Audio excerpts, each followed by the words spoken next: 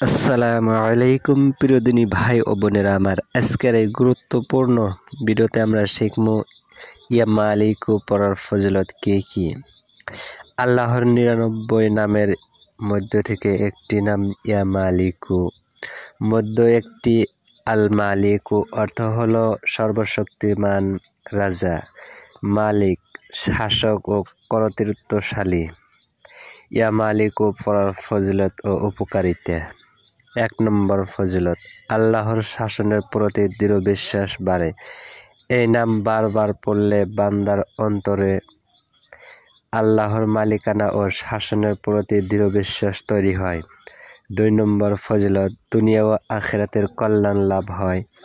নিয়মিত পড়লে আল্লাহ দুনিয়ার ঝামেলা ও আখিরাতের শাস্তি থেকে নিরাপত্তা দেন। 3 নম্বর ফজিলত, হৃদয়ে শান্তি ও প্রশান্তি আসে।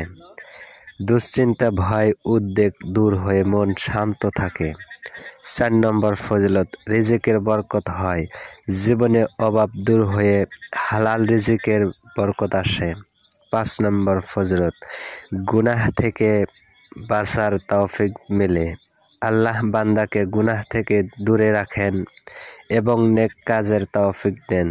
6 নম্বর ফজিলত, আল্লাহর কাছে কিয়ামতের দিনের নিরাপত্তা প্রার্থনা করা যায়। যেহেতু তিনি আসল মালিক, তাই তার নাম দ্বারা দোয়া করলে আখিরাতের মুক্তির আশা বাড়ে।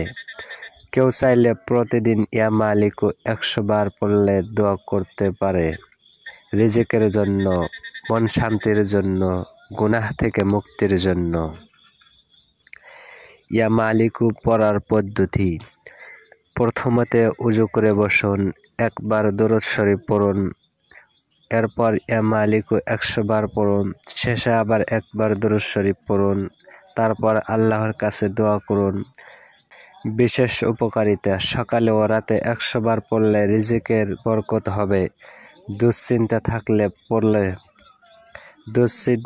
থাকলে পরে দোয়া করলে মনের অশান্তি দূর হবে। প্রতিদিন নামাজের পরে পড়লে আল্লাহর মালিকানার প্রতি দৃঢ় ঈমান তৈরি হবে এবং গুনাহ থেকে বাঁচার তৌফিক মিলবে। সুবহানাল্লাহ।